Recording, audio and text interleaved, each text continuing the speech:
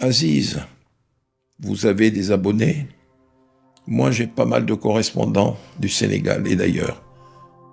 Je dirais pas par dizaines, par centaines. Ils m'écrivent, ils ont mon mail, ils se communiquent. Je les vois dans la rue, je les vois à Paris.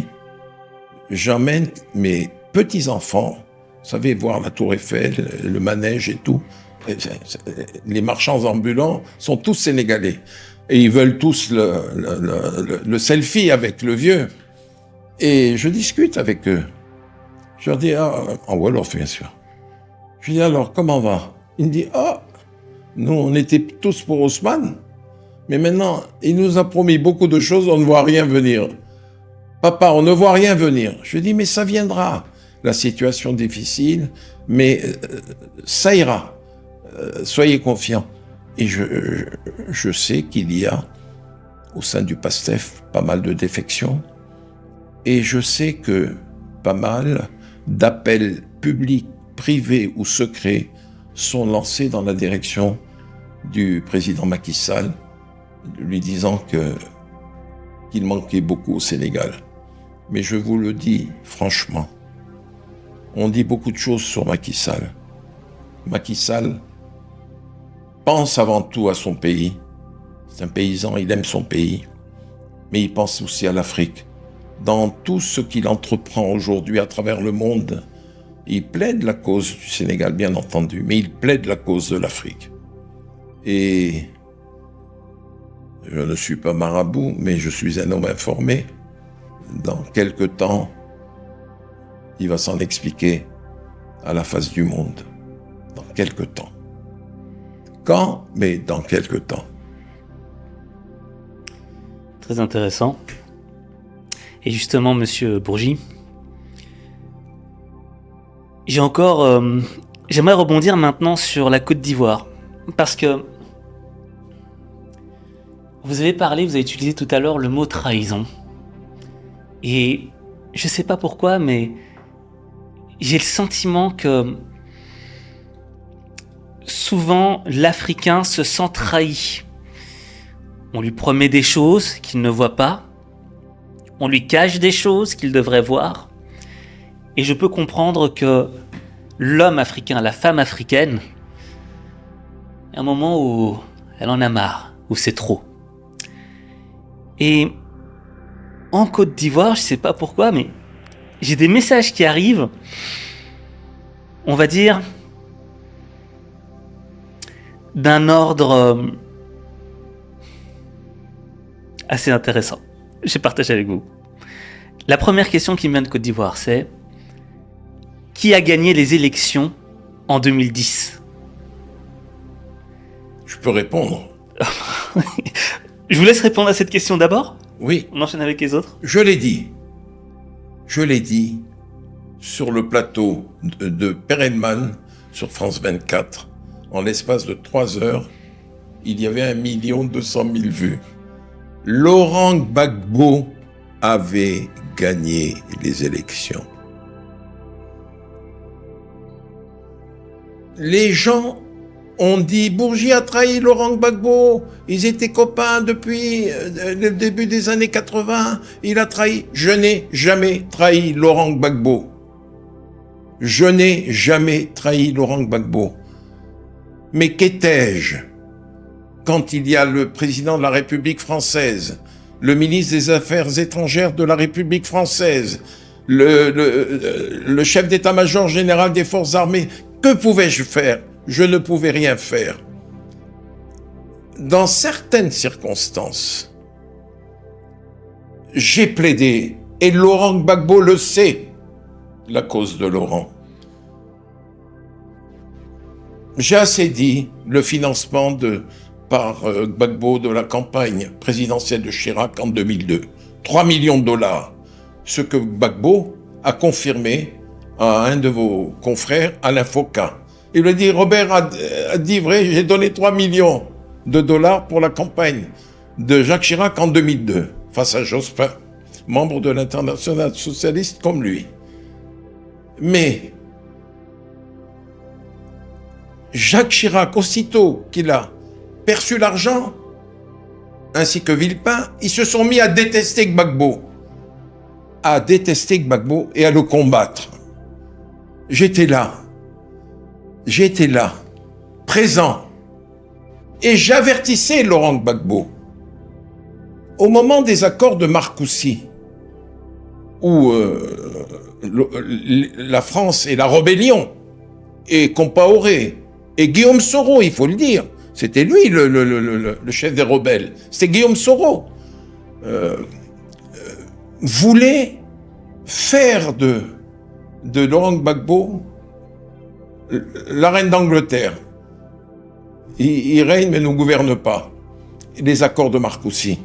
Je savais que Laurent Gbagbo allait au casse-pipe.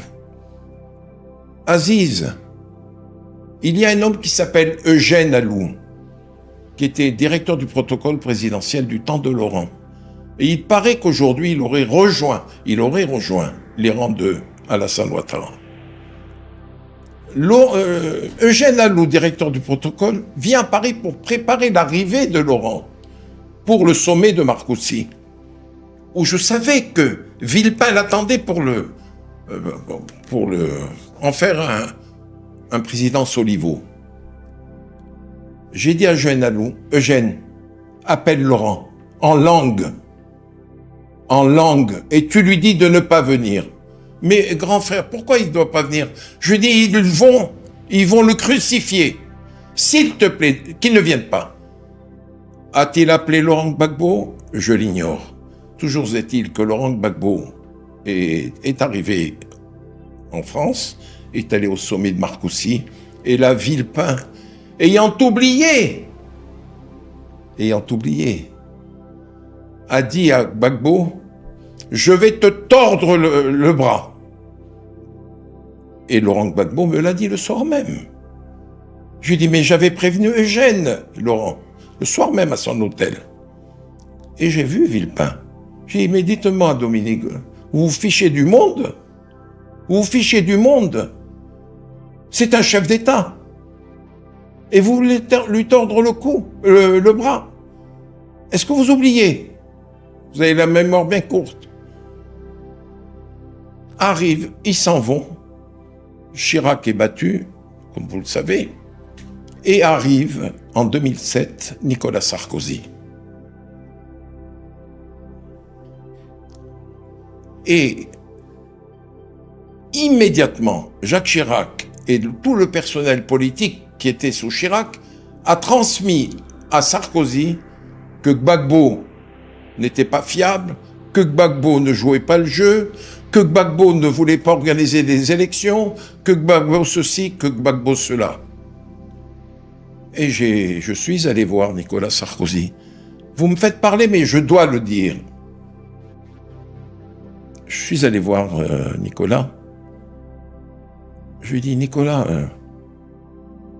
tu vas pas continuer à faire ce que Chirac, Villepin ont fait à Gbagbo. Gbagbo n'est pas celui que l'on te décrit. Tu vas à New York, eh bien tu vas voir Laurent Gbagbo. Tu vas le voir. J'ai dit ce que j'avais à dire. Et le soir même, le surlendemain, Sarkozy me fait venir et me dit, tu sais, l'establishment ne veut pas que je voie Gbagbo à New York, à l'Assemblée générale. Je lui dis, Nicolas, fais-moi confiance. Et j'avais de mon côté un homme dont je regrette beaucoup les problèmes judiciaires qu'il a eus, Claude Guéant, secrétaire général de l'Élysée. Claude a été de mon côté et on a fait en sorte que Sarkozy rencontre à New York Laurent Gbagbo. Jusqu'à une demi-heure de l'audience, Guéant était à Paris, à l'Élysée, moi à New York, j'avais rendez-vous avec Laurent. Jusqu'à une demi-heure avant la rencontre, la cellule africaine de l'Élysée, le Quai d'Orsay, Monsieur le Président, ne le voyez pas, c'est un piège. Ils se sont vus et ils se sont entendus, Gbagbo et Sarkozy. Sarkozy, le soir même, me dit finalement, tu as bien fait d'insister, ça s'est bien passé, il est content, je dis, il est content, et il jouera le jeu. Seulement, Laurent est un homme d'une rectitude, on l'appelle le boulanger, tout ça, c'est bidon tout ça.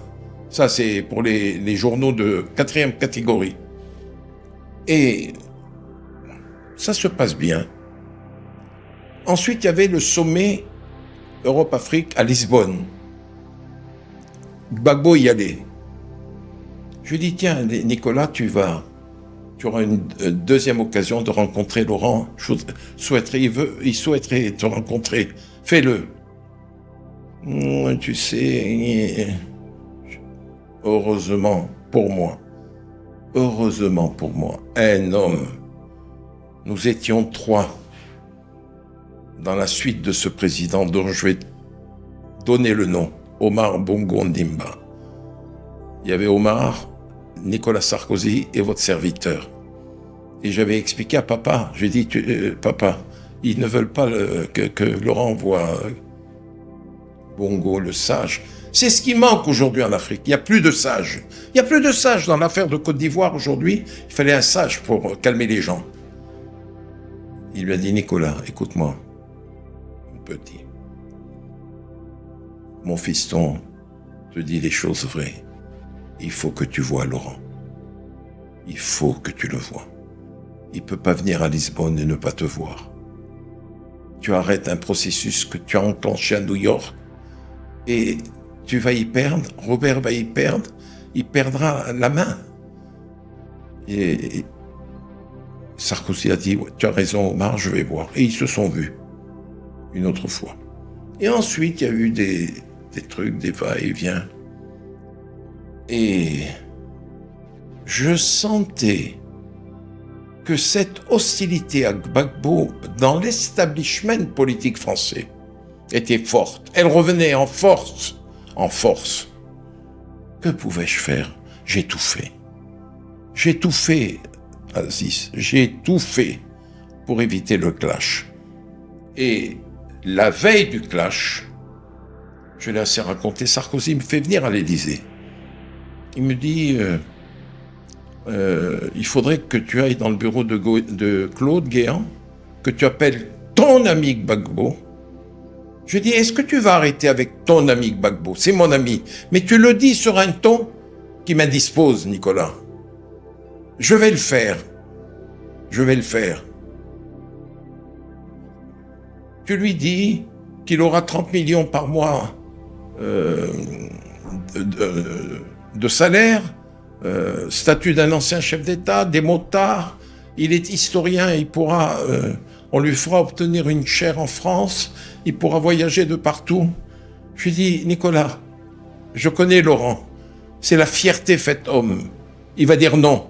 Il me dit, pourquoi il va dire non? Je lui dis, parce qu'il a gagné les élections. Il me dit, oui, mais la CEI. Je lui dis, le Conseil constitutionnel a dit que Laurent avait gagné. Et tu me parles de la CEI. Je lui dis, mais qui sanctifie le nouveau président en France? C'est bien le Conseil constitutionnel. Il me dit oui. Je lui dis alors lui. Il me dit oui, mais... Je suis allé appeler Laurent. Je lui ai dit ce que j'avais à lui dire. Je connaissais la réaction et de Laurent, comme je prévoyais la réaction du président Sarkozy.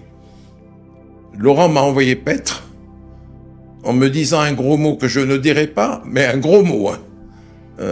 Ce que j'avais dit concernant M. Fillon n'est rien à côté. Et je te dis, Bob, c'est fini entre nous. Et venant de Laurent, qui faisait partie de la famille, j'ai éclaté en sanglots. J'ai pleuré. C'est Claude Guéant, à côté de moi, qui est venu vers moi, qui m'a pris dans ses bras, il me dit, c'est la politique, Robert. Je lui dis, alors viens avec moi, on va dire au président ce qui s'est passé. Il me dit non, parce qu'il connaît la réaction du président. Et je suis allé voir, j'ai traversé le salon vert, et je suis allé dans le bureau du président Sarkozy, qui était sur son canapé. Il est toujours sur le canapé. Il me dit alors, je lui dis, mais écoute, il a tout rejeté. Ah bon? J'ai dit, Nicolas, il a gagné les élections. Et même, il m'a chargé de te dire qu'il demandait le recomptage des voix. Le recomptage des voix sous contrôle international. Il a écarté ça. Je parle de Sarkozy. Il me dit, j'ai un mandat des Nations Unies, j'ai l'accord de l'Union européenne, je ne serai pas le seul, et je vais m'en occuper, je vais le vitrifier. Il a bondi comme ça, et je savais ce qui allait se passer. Et il s'est passé ce que vous savez. Il s'est passé ce que vous savez. Mais que pouvais-je faire? Mais que pouvais-je faire? Mais qu'est-ce que je pouvais? J'ai fait tout ce que je pouvais faire. Je suis arrivé à rien. Il y avait une locomotive en face de moi. Moi, j'étais sur un vélo. Que pouvais-je faire? Je vous ai tout dit dans le détail. Je n'ai jamais trahi Laurent. Je n'ai jamais trahi Laurent.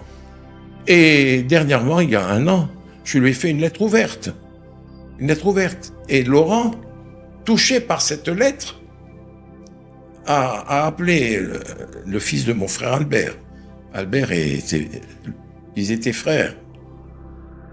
Il a appelé mon neveu, il lui a dit, Renaud, est-ce que tu peux appeler tonton Robert pour savoir si c'est lui qui a écrit cette lettre? J'ai dit à Renaud, c'est moi qui l'ai écrite. Bon, maintenant nous avons des liens permanents, des contacts permanents entre Laurent et moi. Et vous avez vu quelle est la position que j'ai prise dans le conflit ivoirien. Qui d'autre que moi a parlé contre Alassane Dramane Ouattara que moi? Qui d'autre que moi? Y a-t-il eu des mots plus durs que ceux que j'ai prononcés dernièrement dans toutes les interviews? Justement, Monsieur Bourgi, on va revenir sur cette partie de Monsieur Ouattara, mais moi je me pose une question dans tout ce que vous me dites là. Vous avez utilisé les mots détestation de Gbagbo. On va lui tordre le bras. Une hostilité envers Gbagbo. Et moi, ce que j'aimerais comprendre, c'est quelle est l'origine de cette détestation? Pourquoi? Je vais vous raconter un fait pour vous montrer que j'ai tout fait avant que Gbagbo ne soit président de la République. Bédier était président de la République de Côte d'Ivoire. Michel Dupuche, l'inamovible ambassadeur de France à Abidjan, 15 ans, était le conseiller Afrique de Chirac à l'Élysée. Laurent est venu me voir. Je lui ai fait rencontrer Foccart. Le mythique, le gigantesque Foccart l'a reçu rue de Prony, chez lui. Et il lui a dit, je vais appuyer ce que va faire Robert, Monsieur Gbagbo. Foccart a appuyé. J'ai vu Villepin, le tout-puissant secrétaire général de l'Élysée, qui a rencontré Gbagbo, l'opposant historique à Houphouët, et à Bédier, bien entendu. Ils se sont rencontrés à l'hôtel Bristol. J'ai amené le secrétaire général de l'Élysée au Bristol pour rencontrer Laurent Gbagbo. Ils se sont vus. Même mieux, quelques jours après, je reçois un appel de Villepin. Il me dit, camarade, comme il m'appelait. Je dis oui. Il me dit, venez avec l'ami de la dernière fois, venez déjeuner dans l'appartement particulier du président de la République. Et voilà que Gbagbo déjeune avec Laurent Gbagbo, avec Dominique de Villepin et votre serviteur. À l'Élysée. À l'Élysée. Là, vos jeunes auditeurs ne le savent pas. Et à un moment donné, Villepin lui dit, Laurent, tout de suite, ils se sont appelés par leur prénom. Il lui dit, Laurent, qui êtes-vous? Il dit, je suis l'opposant historique à Houphouët et à Bédier et à Dupuche, le conseiller Afrique. Mais Dominique, vous avez en face de vous le futur président de la République de Côte d'Ivoire. Et Dominique de me regarder, je lui dis, Laurent a raison. Il sera président, Dominique. C'est pas être du côté de Laurent Gbagbo ce que j'ai fait. Et je ris parce que c'est un rire nerveux. 4-5 jours après, il me dit, qu'est-ce que vous m'avez fait faire, Robert? Camarade, c'est Villepin. Il me dit, venez. Il me dit, Jacques Chirac a su que Gbagbo avait déjeuné dans sa salle à manger à l'Élysée. Alors vous allez ramasser. Je lui dis, mais enfin. Il me dit, j'ai dit que vous étiez à l'origine, camarade. Arrive Jacques Chirac, magnifique. Qu'est-ce qu'il était beau. Et je l'aimais. Il arrive en bras de chemise à l'américaine. Il me dit, content de vous? Encore une connerie? J'ai dit, monsieur le président, quelle connerie j'ai fait? Il me dit, vous faites venir Gbagbo chez moi? J'ai dit, monsieur le président, il sera président de la République de Côte d'Ivoire. Jacques Foccart a donné son feu vert. Il me dit, mais vous vous rendez compte, il y a Michel Dupuche qui est mon conseiller Afrique. Il y a Bédier qui est président de la République de Côte d'Ivoire. L'héritier spirituel du vieux. Je lui ai dit, monsieur le président, vous aurez affaire à Laurent président. Il me dit, je vous ai assez vu. Il m'a viré du bureau de Villepin. Il m'a viré. Il m'a dit, bon, je vous ai assez vu. Je suis parti. J'étais pas arrivé dans la voiture que Villepin m'appelait. Il me dit, bon, revenez me voir. Enfin, peu importe. Voilà mes relations avec Gbagbo. Et quand j'allais à La Haye, il y était. Mon frère Albert y allait régulièrement. Et moi, j'allais voir Jean-Pierre Bemba, qui a passé quelques années lui aussi. Mais Jean-Pierre disait à Laurent, Robert t'embrasse, mais comprends-le, son frère vient te voir, et lui bat sa coulpe. Il bat sa coulpe. J'avais de la peine à voir Laurent, parce que j'ai vu comment il avait quitté Abidjan, et comment les forces, les rebelles, conduits par Soro, Ouattara, sous les ordres de Compaoré, ont traité Simone et Laurent. Rappelez-vous cette image de Laurent et de Simone qu'aucun Ivoirien, qu'aucun être humain ne pourrait supporter, même aujourd'hui. Voilà. Et un nouveau combat a commencé contre le 4e mandat, auquel je participe de manière ardente. C'est intéressant parce que déjà vous avez anticipé la question sur les gens qui disaient que vous trahissiez Gbagbo, parce que j'ai eu plusieurs messages de cet ordre-là. Dis-lui que sa trahison est impardonnable envers Laurent Gbagbo, etc. Donc vous avez répondu, vous avez anticipé. Là j'ai justement une autre question. Je suis marabout aussi. Hein. Allez-y. Là j'ai justement une autre question par rapport à Ouattara. Lors de son passage sur ta chaîne pour la première fois, il avait dit à propos du président actuel de la Côte d'Ivoire, disant ceci: le président Alassane ne devrait pas se représenter à l'élection présidentielle 2025, d'où ma question, pourquoi ne devrait-il pas se représenter encore? Car celui-ci continue de développer le pays, de mon point de vue, et il devrait y demeurer éternellement. Je pense que c'est un partisan, s'il le faut, car il prône la paix, la sécurité, le développement, et il travaille le pays. Bref, c'est tout. Dites à votre abonné de boire un peu moins de bière et de vin de palme, parce que le mot éternel, j'ai dit ceci. J'ai dit, Alassane, tu n'as pas le droit de faire un 4e mandat. Fais le 4e mandat à la condition expresse et obligatoire de laisser les autres concourir. Un moindre mal pour Alassane Dramane Ouattara. Fais le 4e mandat, qui est inconstitutionnel, mais les autres sur la ligne de départ. Quand j'ai vu que ma supplique, il l'a jetée à la corbeille, vous voyez vous vous souvenez de la supplique? Et là, j'ai dit, bon, maintenant, ça va être sans quartier. Je vais dire les choses telles quelles. Et c'est ce que je fais depuis 3-4 interviews. Vous n'êtes pas tendre avec M. Ouattara en ce moment. Non, je dis la vérité. Je dis la vérité, Aziz. Il s'est engagé à ne pas faire plus de 2 mandats. Il en fait un 3e. Maintenant, il veut en faire un 4e. Peut-être qu'il veut battre le record de Biya, mais on ne sait jamais. Étant lui plus jeune que Biya, peut-être qu'il veut... Bon, il n'a pas le droit de le faire. Et cette cour constitutionnelle, c'est une cour d'école plutôt qu'une cour constitutionnelle. Hein. Et cette présidente a dû s'arrêter à la capacité en droit. Je ne sais pas si elle a les diplômes requis pour être présidente de la cour constitutionnelle. À telle enseigne que, lorsqu'elle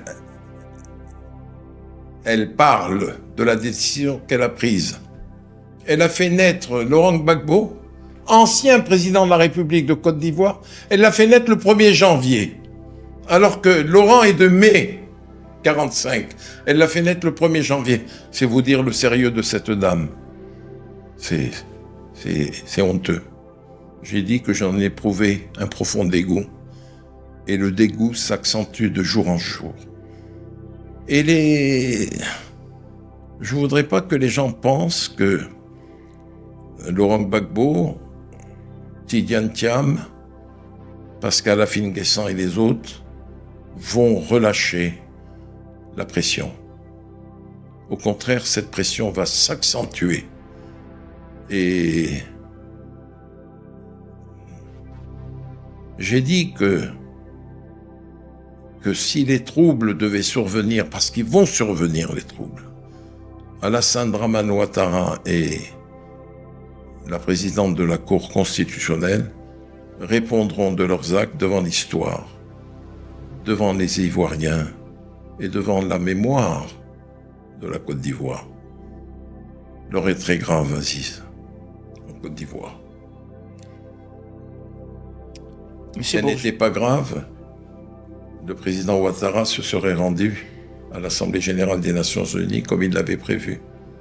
Or, il y a renoncé hier. C'est son Premier ministre qui y est allé.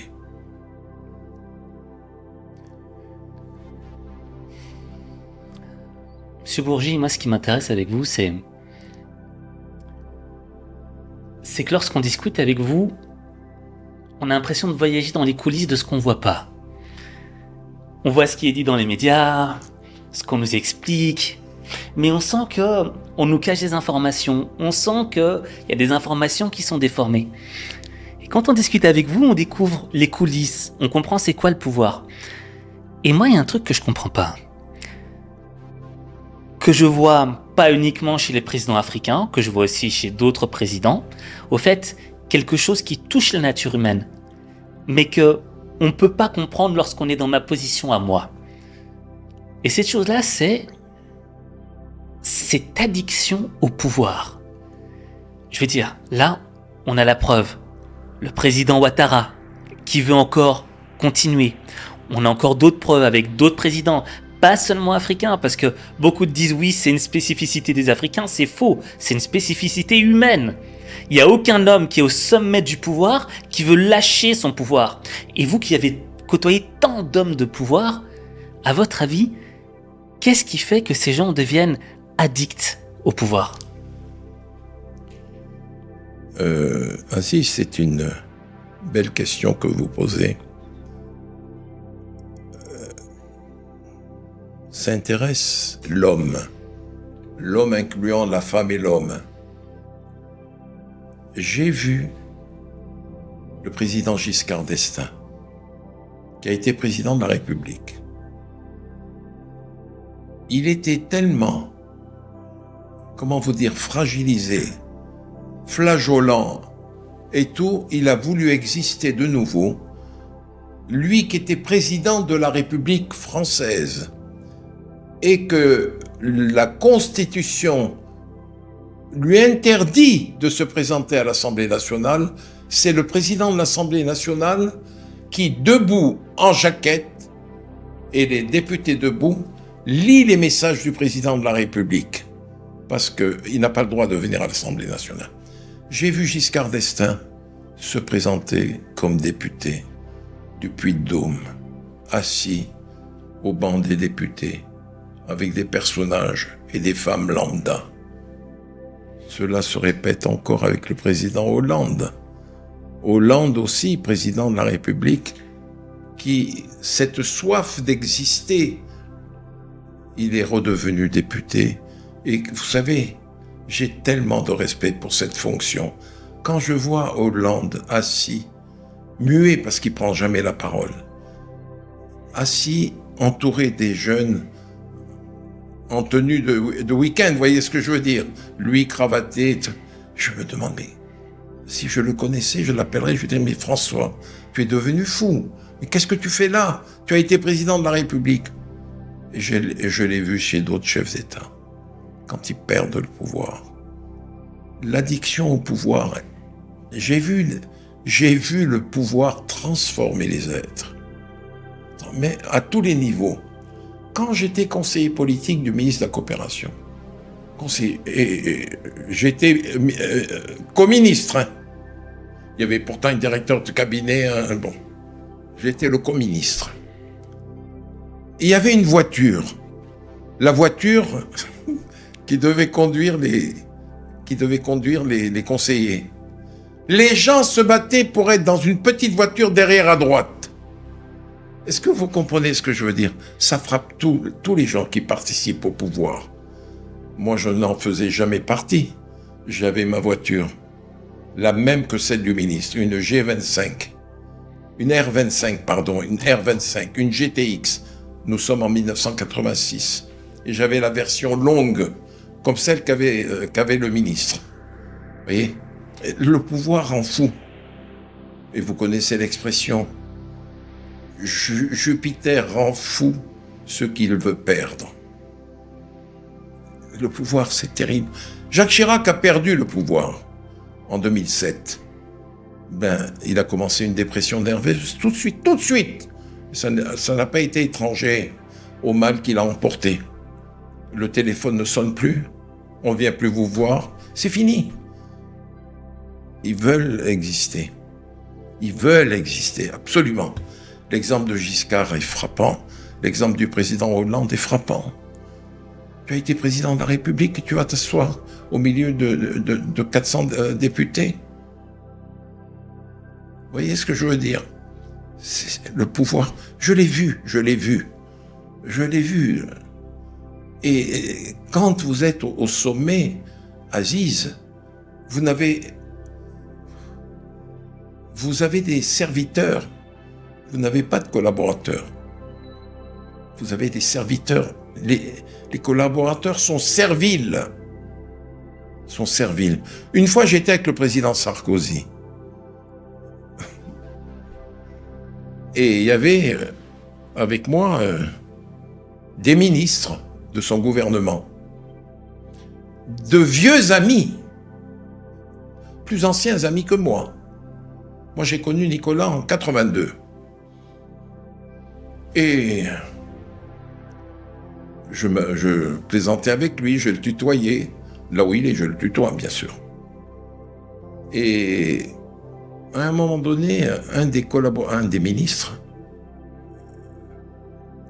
l'a appelé par son prénom.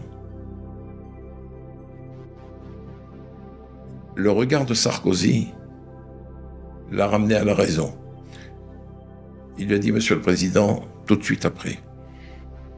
Et vous comprenez, a dit Nicolas Sarkozy, Robert Bourgi est mon ami et vous êtes mes collaborateurs. Je ne sais pas si vous me suivez. Le pouvoir.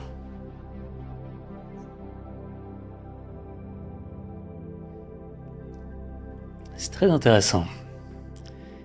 Et vous parlez de notion d'amitié. Monsieur Bourgi, moi je comprends pas comment vous faites. pour garder contact avec autant de personnes en même temps. J'ai lu votre livre. Vous retenez tous les noms, tous les prénoms. Moi, c'est à peine si j'arrive à retenir les 5 prénoms des dernières personnes que j'ai rencontrées récemment. Vous savez que je m'appelle Raymond. Souvenez-vous, je m'appelle Raymond. Bien sûr, Raymond. Et au fait, justement, dans votre position, vous qui connaissez des hommes politiques, des hommes de pouvoir, des hommes qui ont faim de pouvoir, on sait que dans ce milieu, il y a les intérêts personnels qui entrent en jeu.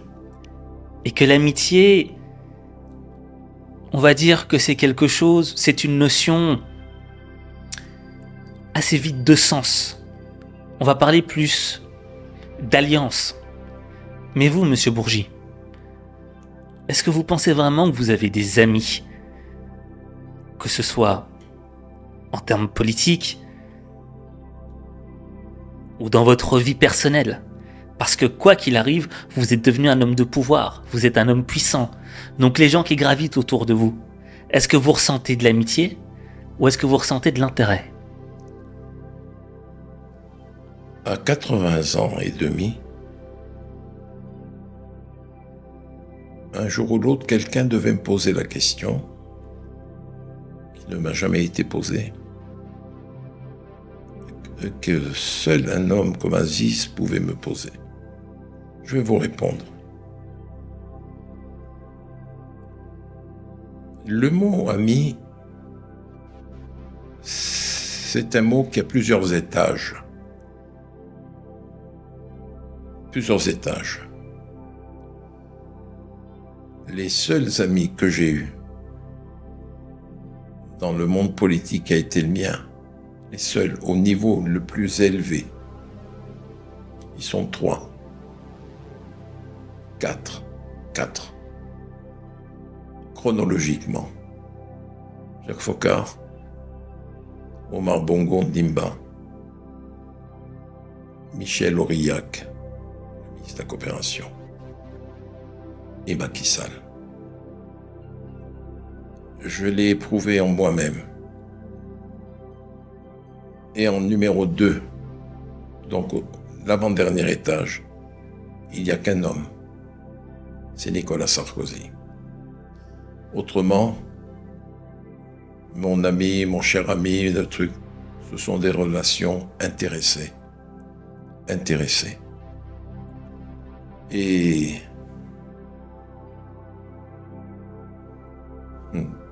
de l'extrême gauche à l'extrême droite, j'ai des relations. Mais je n'ai pas d'amis.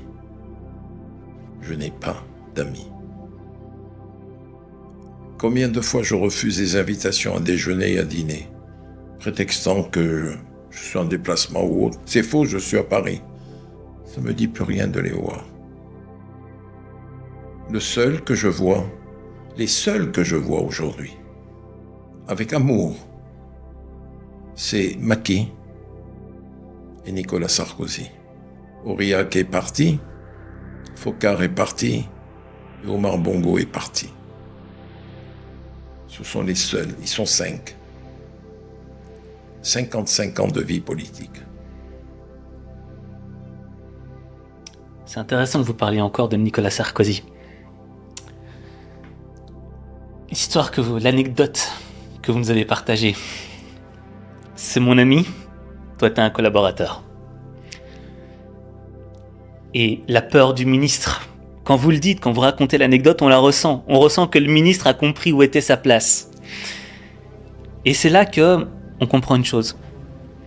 Moi, le président Nicolas Sarkozy, j'ai des divergences par rapport à des actions qu'il a entamées. Mais il y a une chose que je reconnais chez lui. C'est que c'est quelqu'un qui va de l'avant. C'est quelqu'un qui est un petit peu qui me fait penser à Temujin, Gengis Khan, qui disait « Je me moque de ce que les autres pensent de moi ». Et c'est ça qui lui a permis de conquérir un si grand empire à Gengis Khan, parce qu'il se moquait de ce que les autres pensaient de lui. Et je retrouve un peu de ça chez Nicolas Sarkozy. Et vous ne vous trompez pas. Et au fait, c'est là que je comprends que Nicolas Sarkozy, c'est un homme de pouvoir. Et moi, ce que j'aimerais savoir, c'est... Enfin, mon rêve, ce serait de pouvoir extraire l'essence de ce pouvoir et comprendre d'où il vient, quelle est son origine, pour qu'on puisse s'en abreuver nous aussi. Parce que parfois, on est faible. Et ma question est là, Monsieur Bourgi. Quel est votre top 5 des hommes les plus puissants que vous avez côtoyés dans votre vie?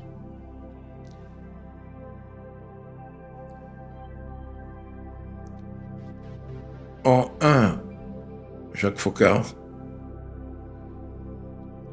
En 2, Houphouët-Boigny. En 3, Omar Bongo. En 4, c'est Nicolas Sarkozy. Et en 5, Macky Sall. Et selon vous, quel est le dénominateur commun entre ces 5 hommes? Qu'est-ce qui les rend différents des autres, plus puissants que les autres? C'est leur parcours. Jacques Foccart. Le général de Gaulle était entouré d'énarques, de normaliens, d'agrégés de lettres. Foccart n'avait pas son bac. Je suis certain que vos 2 millions ou 2 millions d'abonnés vont l'apprendre en même temps que vous. Jacques Foccart n'avait pas son bac. Et il s'est imposé à Pompidou, à Debré, à Guichard et à tous les autres. Normaliens, énarques, agrégés de lettres et tant d'autres. Il n'avait pas le bac. C'est le seul homme politique qui voyait le général de Gaulle tous les soirs pendant 23 ans. Il n'avait pas le bac. C'est un homme autre chose que les abonnés d'Aziz, les téléspectateurs vont découvrir. Jacques Foccart est le seul homme politique éminentissime, puissant, qui avait son nom dans l'annuaire téléphonique quand il y avait un annuaire. Vous y voyez Jacques Foccart, 96 rue de Prony et son numéro de portable. Vous appeliez, c'est lui qui répondait. Voilà quelque chose que les gens vont découvrir. Et Sarkozy, dès qu'il a conquis la mairie de Neuilly, en 82, face à Pasqua, attention, il avait 27 ans, le Nicolas. Il était député maire de Neuilly. 86, Ah non, il faut que je raconte une anecdote. Ah non. Je suis nommé par Jacques Chirac chargé de mission du RPR dont il était le président pour les relations avec les pays d'Afrique au sud du Sahara. C'est énorme. J'avais toute l'Afrique.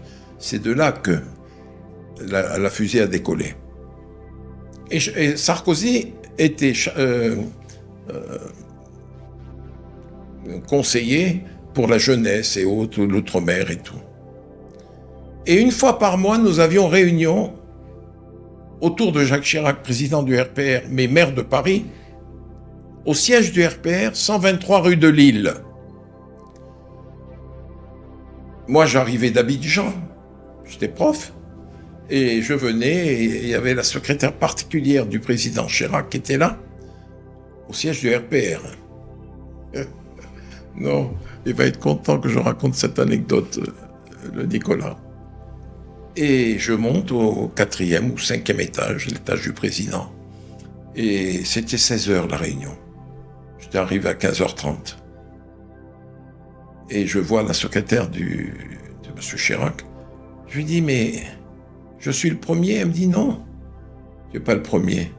Je lui dis bon d'accord, mais je vais attendre. Elle me dit attends dans mon bureau. Et j'étais très proche d'elle. Et j'espère qu'elle est toujours de ce monde. Et je m'installe dans le bureau. Et j'entends parler. J'entends des voix qui venaient du bureau du président du RPR. Je regarde la secrétaire, je lui dis, mais tu te fiches de moi? Mais il est là, le patron. Que j'aille le saluer, j'arrive d'Abidjan. Et j'avais toujours quelque chose pour lui, vous savez. Pas d'argent, hein. C'était moi. Et elle me dit, mais va voir qui c'est qui est dans le bureau. Je rentre, c'était Sarkozy, qui était lui aussi convoqué à la réunion.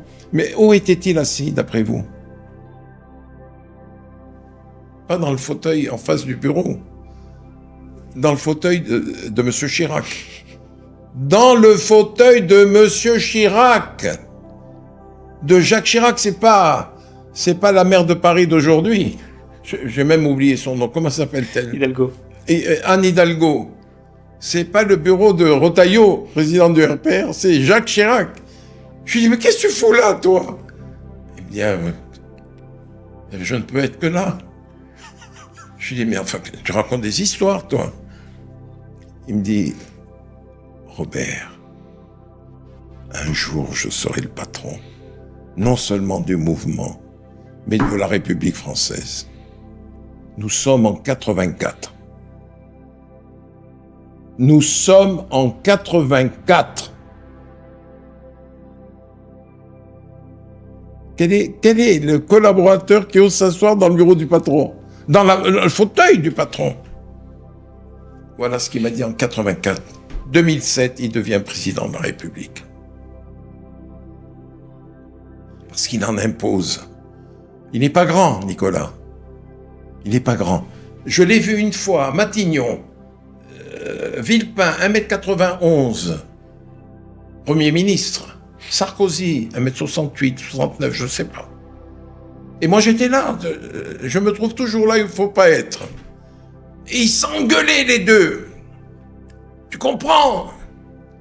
Et quel était celui qui avait le plus peur de l'autre? C'est Villepin qui avait peur. On sentait qu'il avait peur de Sarkozy. Ils s'engueulaient, hein, devant les escaliers. Les huissiers étaient là. Il y avait vous savez, l'athlète et le grand sifflet qui avait peur.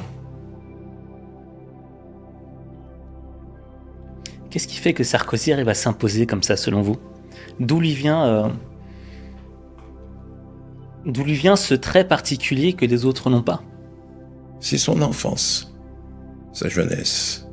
Le père est parti, la mère divorcée, abandonnée, 3 frères. Elle était avocat et, comme on disait dans le temps, elle tirait l'aiguille pour nourrir ses 3 enfants. Et à l'époque, enfant de divorcé, c'était pas, qu'il me pardonne l'expression, Nicolas, c'était pas jouissif ou reluisant, enfant de divorcé. Et il n'y avait pas l'argent au foyer. Et c'est là qu'il a forgé sa niaque. Il a une niaque terrible. Terrible, je ne l'ai jamais vue. Je ne l'ai jamais vu. Vous voyez, je vais vous faire un aveu. Je spécule. Il a vitrifié, comme il l'a dit, Laurent Gbagbo en 2011. Vous avez vu un seul démenti de ce que j'ai pu raconter depuis? Vous avez vu un seul démenti du président Sarkozy? Et il avait un mandat des Nations Unies. Et c'est vrai, personne ne peut le nier. Ça a été terrible. Mais aujourd'hui, je vous le dis, aujourd'hui, il pourrait s'entendre à merveille avec Laurent Gbagbo. Parce que ils ont le même caractère. Mais c'est quelle réalité? Vous ne croyez pas que Laurent en impose? Je l'ai appelé le Messie, moi. Comme Sarkozy en impose. Aujourd'hui, ils pourraient s'entendre. Et j'ai une chose à vous dire, et je le dis haut et fort. Nicolas Sarkozy est un ami d'Alassane Dramane Ouattara. C'est un ami. Mais en cas de trouble, Sarkozy est un juriste. Il sait ce que c'est qu'une constitution, et il sait ce qu'il y a dans la constitution. Il sait qu'il y a un article 55 qui interdit à Ouattara d'être candidat. Plus de 2 mandats, il en est à son 4e. Il veut faire le 4e. En cas de trouble, je puis vous assurer que Nicolas Sarkozy mettra de côté l'amitié qu'il a pour Ouattara au profit de l'intérêt supérieur de la Côte d'Ivoire. Et si, je ne sais pas, élection il y a, que Laurent passe ou que Thiam passe, c'est un autre Sarkozy que l'on verra, mais qui est le vrai Sarkozy. Il ne triche pas. J'étais à ses côtés. Dans l'ombre, comme vous l'avez dit, je recevais des appels des chefs d'État. On a bloqué à Roissy telle personne. On a bloqué à Roissy telle personne. On a bloqué au Bourget telle personne. J'appelais Guéant ou j'appelais le président Sarkozy, président de la République. Dans l'heure qui suivait, tout était réglé. Les appartements, les cartes de séjour. Il est hors norme. Sarkozy est hors norme. Et Foccart l'aimait beaucoup. Foccart s'y connaissait en homme. Il aimait beaucoup Sarkozy. Et quand, comment vous dire, je me rapprochais de Sarkozy, au début des années 90 encore plus, mais il m'encourageait à le faire. Il me dit, ce garçon a un destin, Robert. Il a un destin, je le sens. Vous avez résumé le mot, la niaque, l'envie, la rage au ventre. Et c'est bien que vous mettiez en évidence ce mot niaque. Parce que quand vous dites le mot niaque, je pense à l'opposé du mot niaque. Je sais pas quel est ce mot-ci, mais l'opposé du mot niaque me fait penser à un épisode que j'ai vu récemment où le président des États-Unis, qui a aussi la niaque, Donald Trump, avait reçu des présidents africains. Et pour être honnête avec vous, j'ai ressenti une gêne, une déception de la manière dont ces présidents africains avaient été traités par Donald Trump. Il leur disait, bon, vous me donnerez vos noms et la liste de vos pays, parlez plus vite, on n'a pas le temps, etc. Quelle a été votre réaction, vous, Monsieur Bourgi, qui avez côtoyé des hommes puissants d'Afrique, Bongo, Macky Sall, Houphouët-Boigny? Quelle a été votre réaction lorsque vous avez vu cette scène des présidents africains face à Donald Trump? Profonde tristesse. Une profonde tristesse. Et une honte pour la dignité et la fierté de l'Afrique.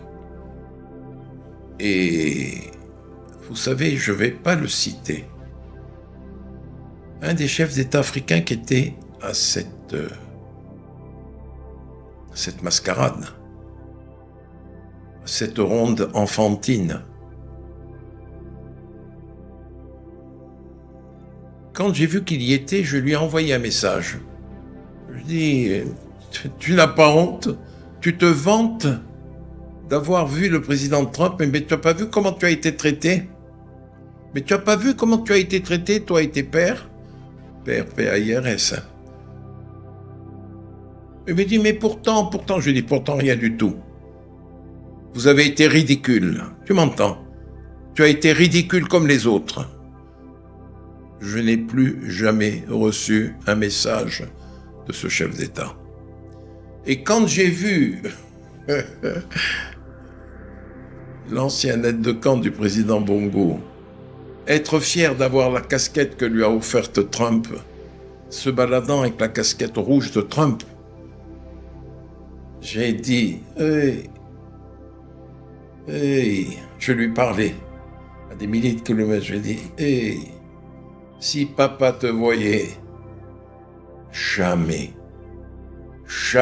Omar Bongo Ondimba n'aurait accepté cela. D'ailleurs, le président ne l'aurait pas fait d'abord. Il ne l'aurait pas fait. Houphouët-Boigny acceptant cela, mais Macky Sall est reçu, même quand il n'est plus président de la République, il est reçu encore plus comme un président que du temps où il était président de la République. Aujourd'hui, ils ont été ridiculisés, humiliés, bafoués, piétinés. Mais à travers eux, qui a été piétiné, c'est l'Afrique, dont ils devaient brandir les couleurs. Non mais c'est grave. Et vous savez, le seul qui ait tiré son épingle du jeu, c'est le Libérien. C'est le Libérien qui a tiré son épingle du jeu. Il dit, mais monsieur, il a montré au monde que Trump était un ignare. Il a dit, mais monsieur le président, vous oubliez que nous sommes des anglophones depuis un siècle et demi. Et qu'avant cela, on a parlé votre langue. Du temps, je ne veux pas prononcer le mot. Ouais. Pour la petite information, c'est que les Libériens, enfin une partie des Libériens, étaient d'anciens esclaves noirs américains qui ont migré vers l'Afrique et qui ont créé le pays, le Libéria. Et Trump n'était pas au courant apparemment. Non, il a montré. Le Libérien a montré à Trump qu'il était ignare. Mais on ne peut qu'avoir de l'admiration pour Trump. C'était incroyable. Ce bonhomme, pendant 4 ans, a été bafoué, critiqué, insulté, pris en photo. Vous savez, photo anthropométrique et compagnie. Et il redevient président des États-Unis. Non mais, le bonhomme est fort. Non mais, le bonhomme est fort. Vous êtes d'accord avec moi? On ne peut pas dire, ne pas applaudir, même si on n'approuve pas tout ce qu'il fait. Mais il est fort. C'est un taureau qui fonce avec de l'agnac. Vous savez, tout est dans l'enfance. Tout est dans l'enfance. Ce sont les germes de ce que l'on devient plus tard. Tout est dans l'enfance. Pour Nicolas Sarkozy, c'est son enfance difficile. Et l'amour qu'il avait pour sa mère, je l'ai vu. Je l'ai vu avec sa maman. J'ai vu avec sa maman, là où il est dans le sud de la France, au Cap-Nègre. Excusez-moi, ça s'appelle le Cap-Nègre. Aujourd'hui, vous dites Cap-Nègre, vous allez en prison. Ça s'appelle le Cap-Nègre. Il avait un amour fou pour sa maman. Et un culte de la famille. Un culte de la famille. Et sa femme, Carla, l'aide beaucoup. Elle a rassemblé tous les enfants des femmes qu'il a eues auparavant. Grâce à Carla. Et à son amour de la famille. Tout ça, c'est l'enfance. Comme il n'a pas eu de famille, il en a construit une autre, consolidé une autre. Et c'est ça qui l'aide à tenir avec tout ce qu'il endure sur le plan judiciaire.